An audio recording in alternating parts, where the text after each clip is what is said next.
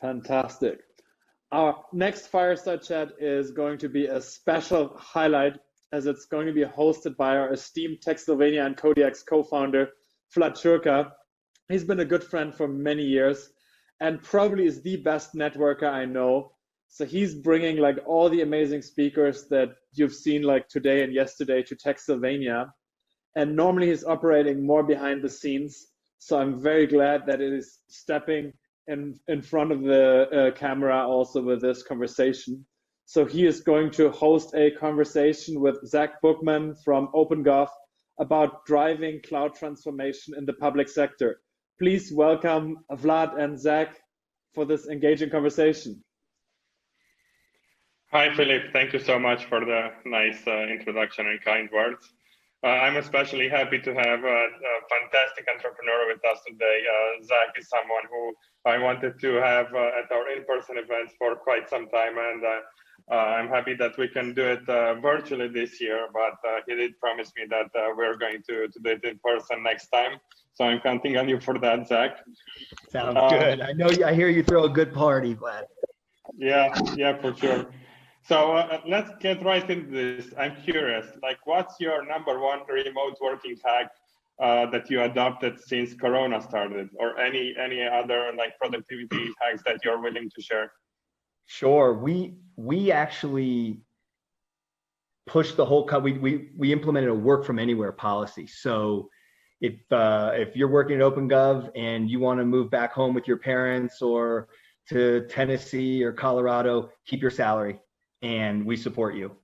The employees were super excited about this. Everyone's sitting at home, 12, 15 hours, just cranking on Zoom, going crazy. If you live in San Francisco, you can barely go outside with the smoke and, so trying to support people's quality of life. We also have 4 or 5 regional headquarters at this point, although we're based in the Valley, of an engineering team in Portland, and offices in Milwaukee, Chicago, Boston, and Dallas. And if you want to move to one of our regional headquarters and there's a business purpose, we'll support and subsidize the move. So that work from anywhere policy has been really key. We've also just formed a fun committee. It sounds cheesy, but everyone's cranking all day and it's a grind. And what we're actually seeing is productivity is up. People aren't traveling, you're not wasting time in airports, at bad motels. And so we've gotten a lot of feedback about like, hey, I'm dying here, I'm working, there's no boundary between work and life, and I need a break. And so we're trying to inject a little fun into things with, some happy hours and step competition and other things. And I'm open to ideas, so I'm keen to learn from you and anyone else who's staying sane. That's fantastic. And even when I visited you in your offices in California, I could really sense that you especially have like you prioritize culture within the company, and you make it a really nice place to work at. So that's really great to learn. But I'd love to go into the founding story of OpenGov. Can you tell us how you met your co-founders, how you got your start with building this company? Sure, absolutely. So 4 of us co-founded the company. Our chairman and co-founder is Joe Lonsdale, who I know you know. Joe's a co-founder of Palantir and now a prominent venture capitalist in the Valley. I was on the board of a nonprofit that Joe and another one of our co-founders started to this was like 10 years ago, to understand what was happening to all the governments in California as their revenues were drying up during the Great Recession. And we saw they were all using these 30-year-old, 40-year-old green screen, white screen ERP systems. So accounting systems and other workflow and back office stuff, and paying huge amounts of money. The city of Palo Alto, for instance, had paid $10 million to SAP, a German software conglomerate, for an ERP system that was delivered on 20 disks. That system's still being used. And we said, this is crazy. There has to be a better way. There's plenty of problems in government, but there's clearly a technology problem. And we were a little naive, and like so many, we rushed headlong into it. We saw a big white space, and we've been grinding for about 8 years. And boy, we've been building and building. And we just launched about 4 months ago the OpenGov ERP Cloud, which consists of budgeting and planning software, full financial management system, permitting, licensing, and code enforcement. all on top of our reporting and transparency platform. So we've got probably 30 plus modules of software now, and we're just building and building, 1,000 customers, and it feels like day one. Fantastic. So I understand the way you figured this is a problem, but how did you assess this is a really big problem to solve? So look, I grew up near government. My father was a civil servant. He worked for the United States Congress at the National Academy of Sciences. I studied government in college. I went to law school. I did a master's degree in public administration. Then I went to Mexico and studied corruption in the Mexican government on a Fulbright fellowship. After a brief law career, I went over to Afghanistan. I was an advisor to United States Army General H.R. McMaster on the anti-corruption task force. And so this is kind of personal for me. I've been in and around government most of my life, growing up in DC and those experiences. And we are super mission driven. We think, our mission is to power more effective and accountable government. And we think we can have a big impact on our communities and our country, and maybe and eventually the world. But for us, the opportunity to build a big business, which is good for everyone in it and our investors, and to have a big impact on society is a marriage of two really important things. And that's a big part of the culture at OpenGov. Understood. What would you say have been some of the biggest challenges that you had in the early years? It's all people. Selling to governments is really hard. A lot of people, come to me and say, hey, I've got a great GovTech idea where you invest in my company. And I'm like, I'm not actually the world's biggest GovTech champion. I do have some investments, I do advise, but it's really hard. So, a lot of the venture capitalists who laughed at me early on, fair enough. It's a hard slog. But I think in all these businesses, getting something off the ground like this, you got to have vision, you got to have strategy, but it's all about people and getting the right people involved, getting the right people in the right seats, and then finding ways to play to people's strengths, minimize weaknesses, and to kind of build a culture of trust and speed. And so we've had our fair share. I've made mistaken hires.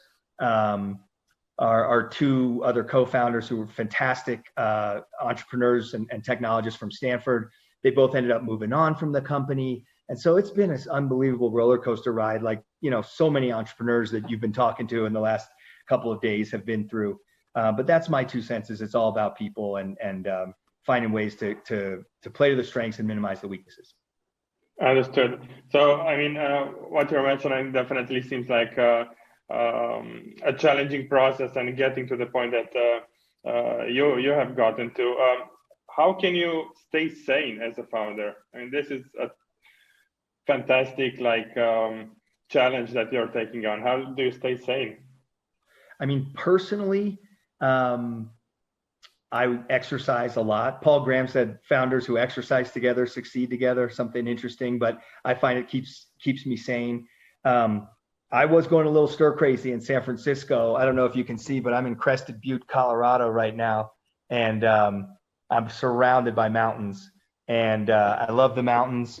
And last fall, I went to Mount Everest on an expedition. It was not successful, but it was, very much disconnected from the company, which is very hard to do when you're working 24/7.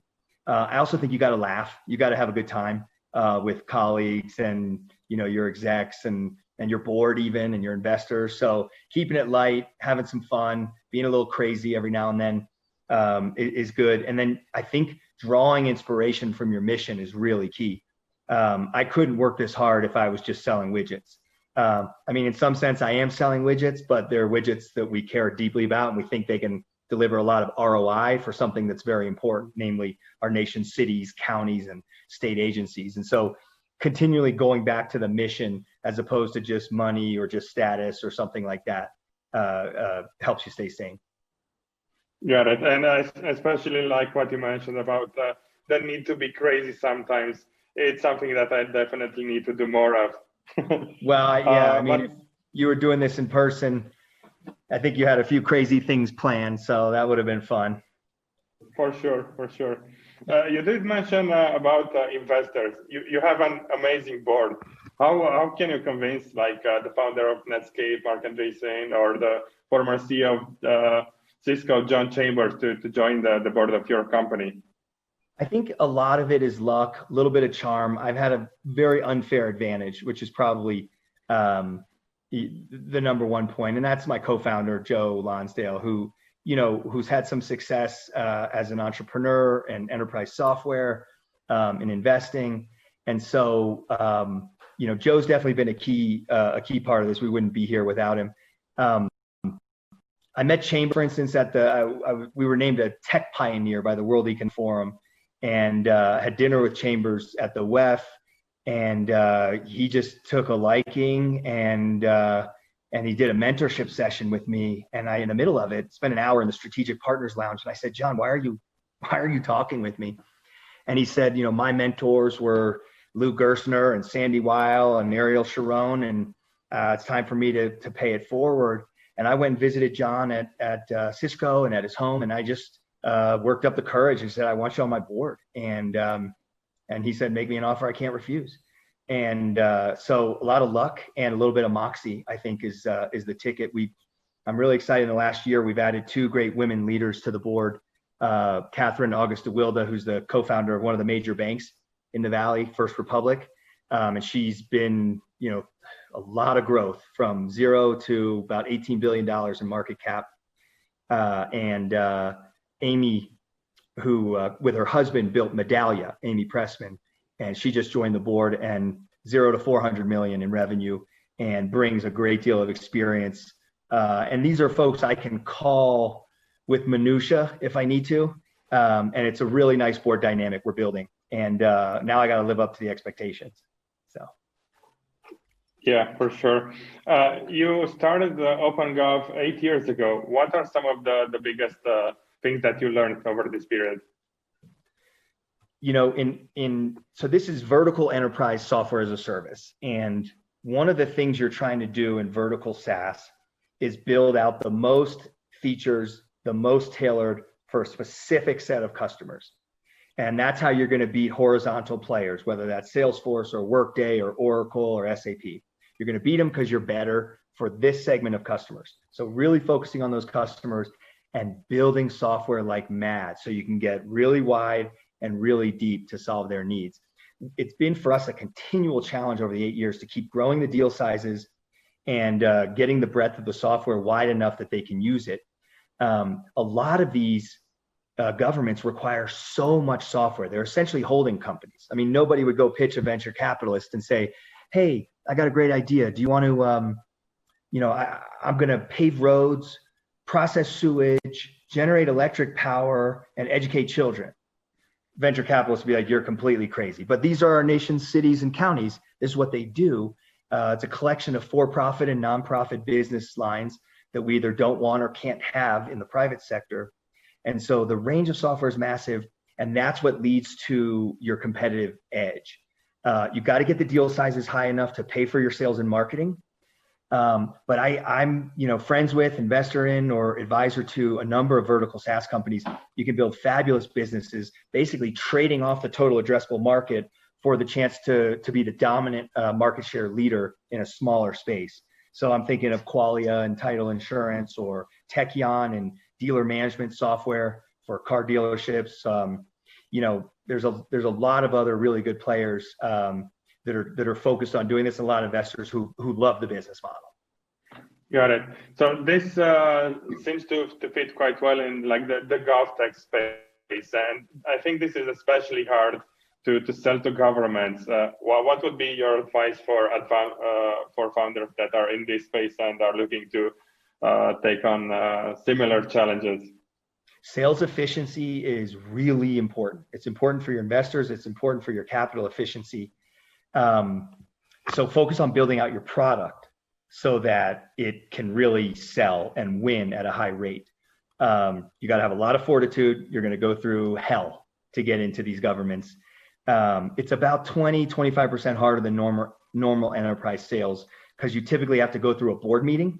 I mean, it's crazy. If you were selling software to OpenGov, I don't have to go to my board to determine whether I'm going to buy your software, but so many of our nation's governments do. So you got a board meeting, which is a bunch of, additional people you got to get consensus with. and then you got to go through some procurement hurdles, whether that's an RFP or just certain contract vehicles. So it adds a good dose of pain to it.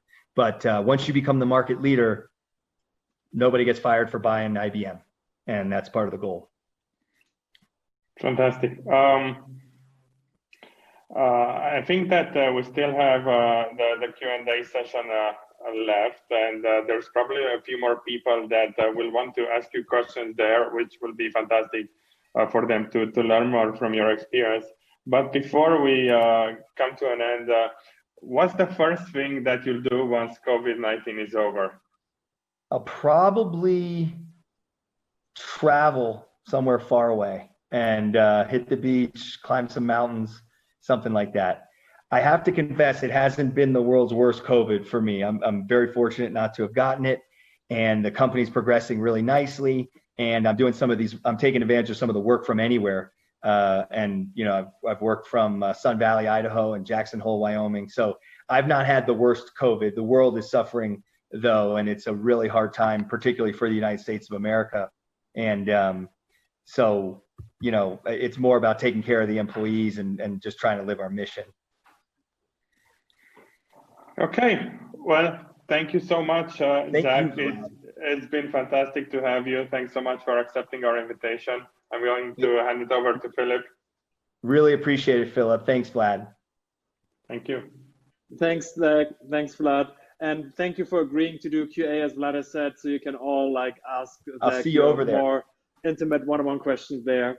So thank you both for joining us online here. I'll pop out.